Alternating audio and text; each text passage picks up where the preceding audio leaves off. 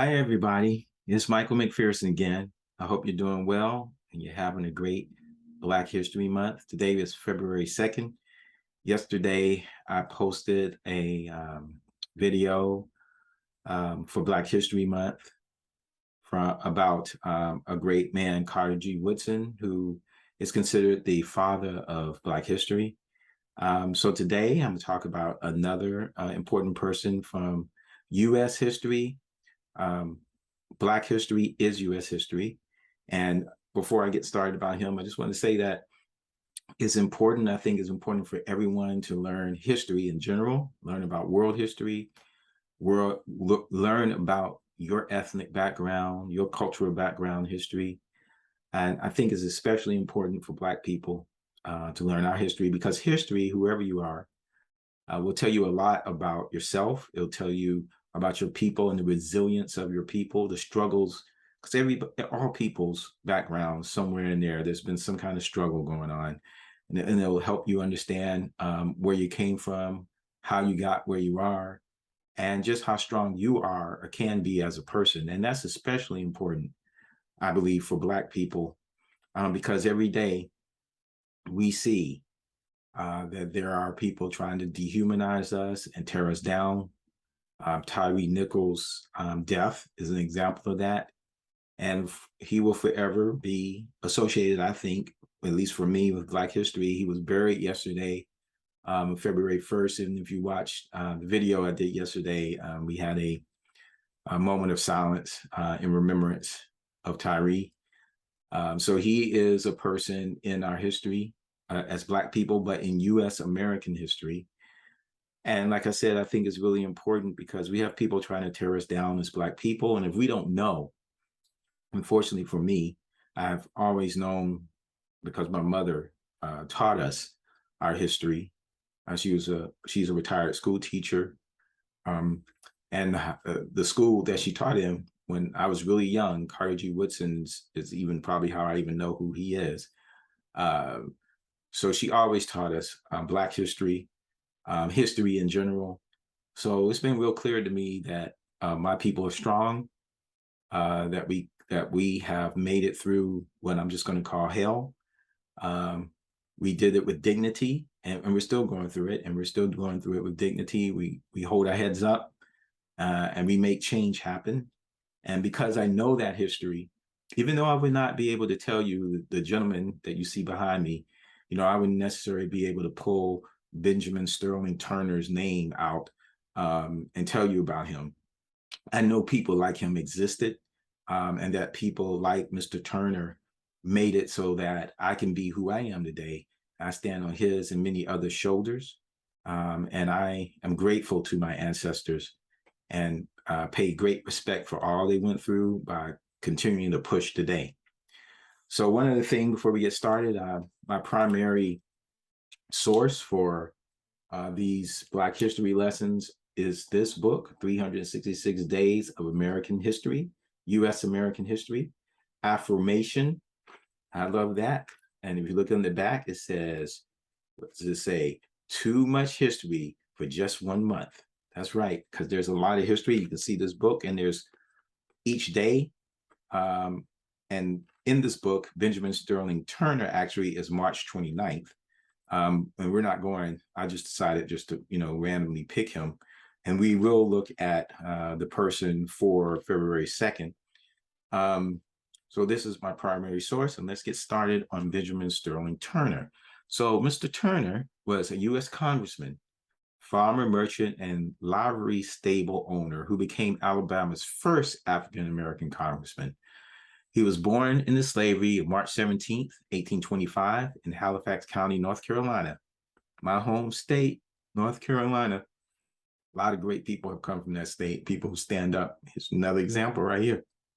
He was a tax collector for Dallas County, Alabama, 1867 to 1869, Selma, Alabama city councilman, 1869 to 1870, Alabama 1st District Republican congressman, 1871 to 1873, serving on the Invalid Pension Committee, introduced a bill to restore political and legal rights to ex-Confederates.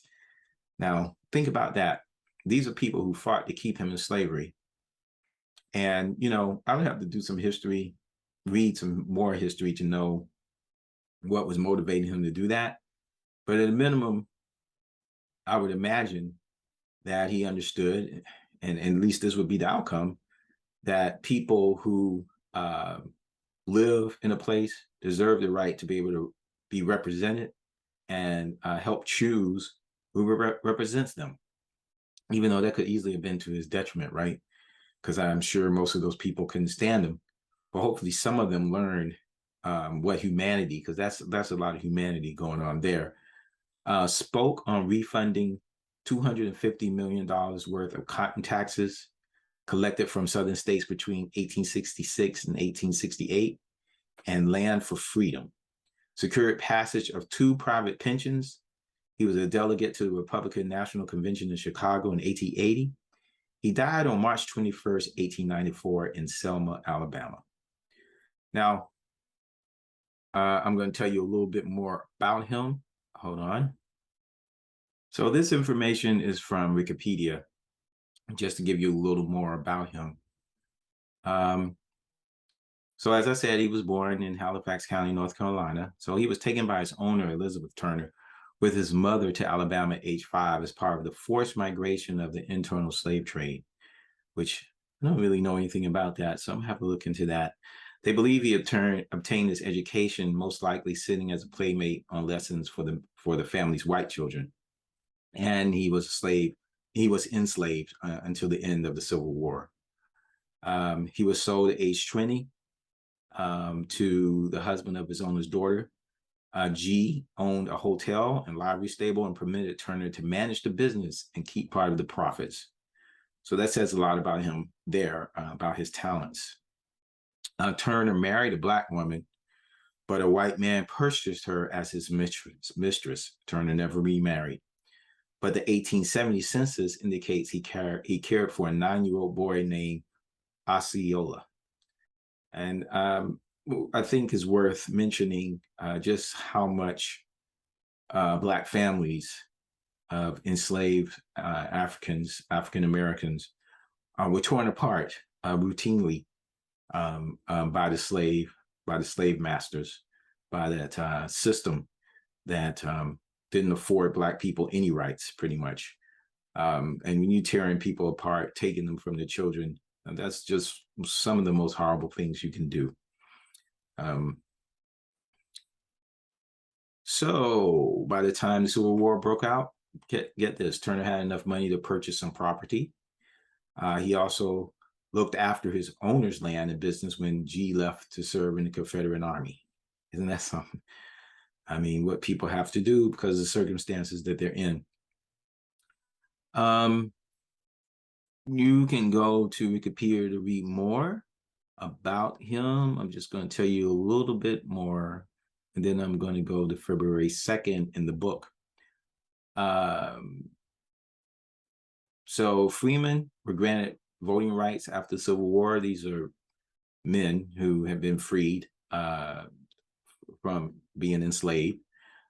Turner was unanimously nominated to the Republican candidate from Alabama's 1st Congressional District, which at that point encompassed Southwest Alabama. He was elected as a Republican to the 42nd Congress, March 4th, 1871 to March 3rd, 1873. And here's something else that politics is complicated. But I thought this was interesting and says a lot about how people treat each other and don't work in solidarity.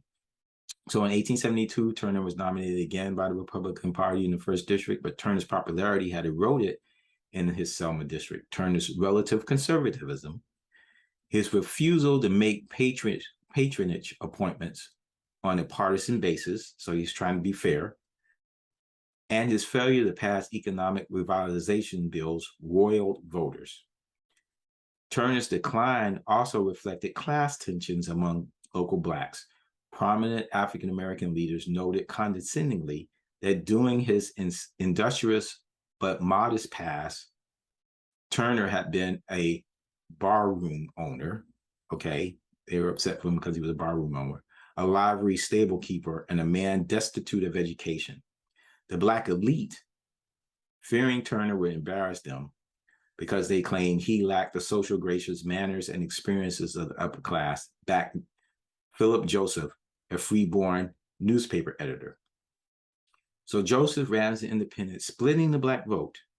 White candidate Frederick G. Bromberg, running on the Democratic and Liberal Republican ticket, benefited from the split African-American vote. Now, I want you to listen to these percentages, because whatever people were saying about him, there's a lot of people who still wanted the brother in. So the white dude won the general election with a 44% plurality. So he did not have the most vote. Turner took 37%. So he was only 7 points behind. And Joseph garnered 19%. So Turner would have won. So whatever his faults were, and clearly there were some, he would have won the vote if they hadn't split it. All right, so that's enough for now about Benjamin S. Turner, and you all should look him up. I mean, clearly you can find him easily and learn more about him. He's a pretty amazing person. So in the book, as I said, every day there's a different figure from Black history. So for February 2nd, it's Alexander G. Clark. And I'm not going, you can look him up for yourself. Alexander G. Clark. He's a businessman, religious leader, or he was a businessman, religious leader, lawyer, politician, diplomat, and civil rights advocate. He was born in 1826 in Washington County, Pennsylvania. And he went to University of Iowa Law School in 1884. And then on this day in history, February 2nd, on this day in history, and I think the other day I said I should have my glasses. And you know what? I don't have them with me again. I can barely read this.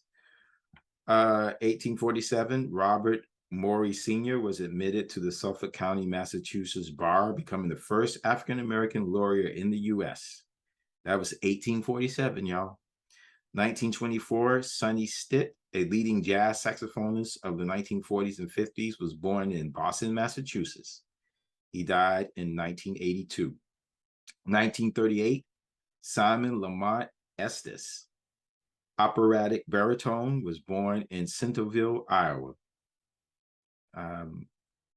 And this book is kind of old, so he might not be with us anymore. I'm not sure. I don't want to wish him away.